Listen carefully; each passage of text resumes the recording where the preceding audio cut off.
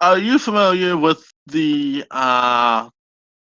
events of the Psychic Awakening?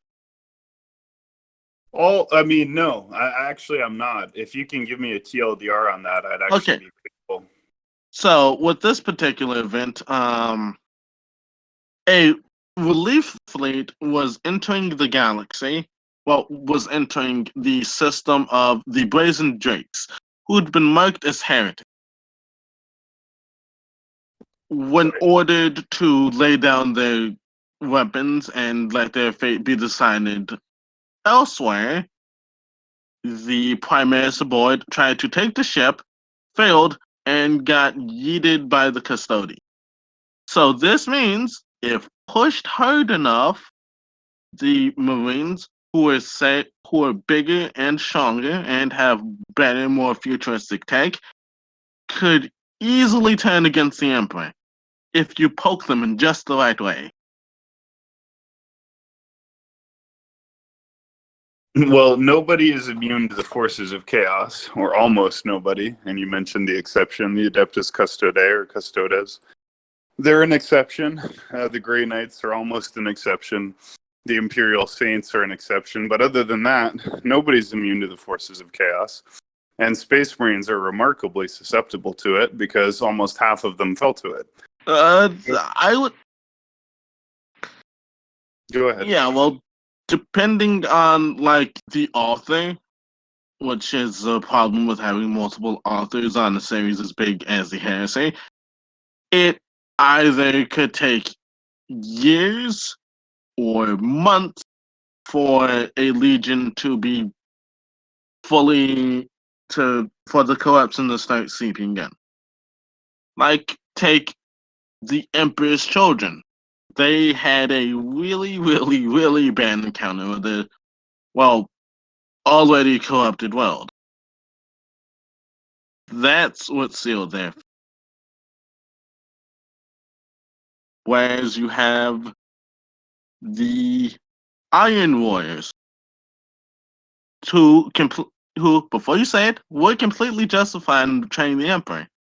Because he not only stuck them with the shittiest jobs, but also let their Primarch perform decimation on them.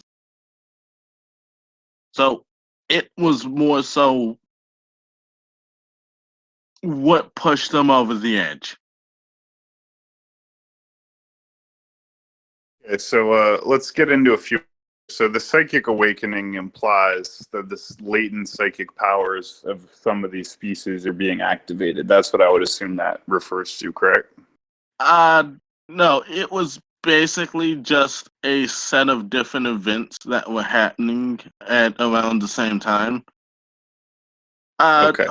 okay, an example of one uh of these stories that came along with that would be with this planet with this entire okay, when a Alpha Legion warband performed a ritual which turned everyone on this planet into a psychic, and a combined force of Iron Hands and Sororitas got had to basically fight their way onto the planet.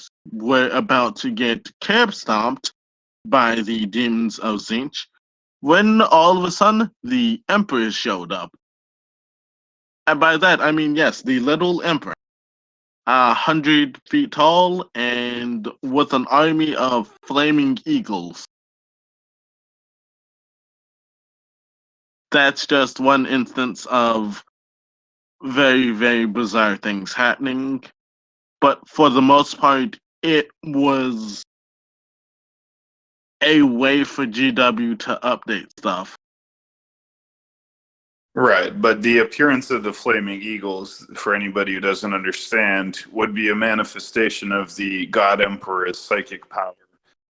So, in the same way that you could have an outburst of demons like Bloodletters of Khorne or Plague Bearers of Nurgle, you could actually have the flaming eagles of the Emperor, right, appear. And so, what you're seeing there is the emergence of the Emperor as a true god in the warp, a god of order, but creating his own daemons, right? His own demons. So just like Zenith has his whatever they call the burners or whatever they call the flamers of Zinch or whatever, and the Yes. daemons of Slaanesh, right? So the God Emperor has his own daemons, and he creates his own champions. So just like Khorne has his own champions, the God Emperor has Saint Celestine or the other Imperial Saints, and they can grow wings and they can fly and they can come back from the dead because they're gaining chaos-like powers, like by following the Yes. Emperor, which is fucking based and awesome, and that's why ultimately Order is going to win because the Emperor is growing stronger.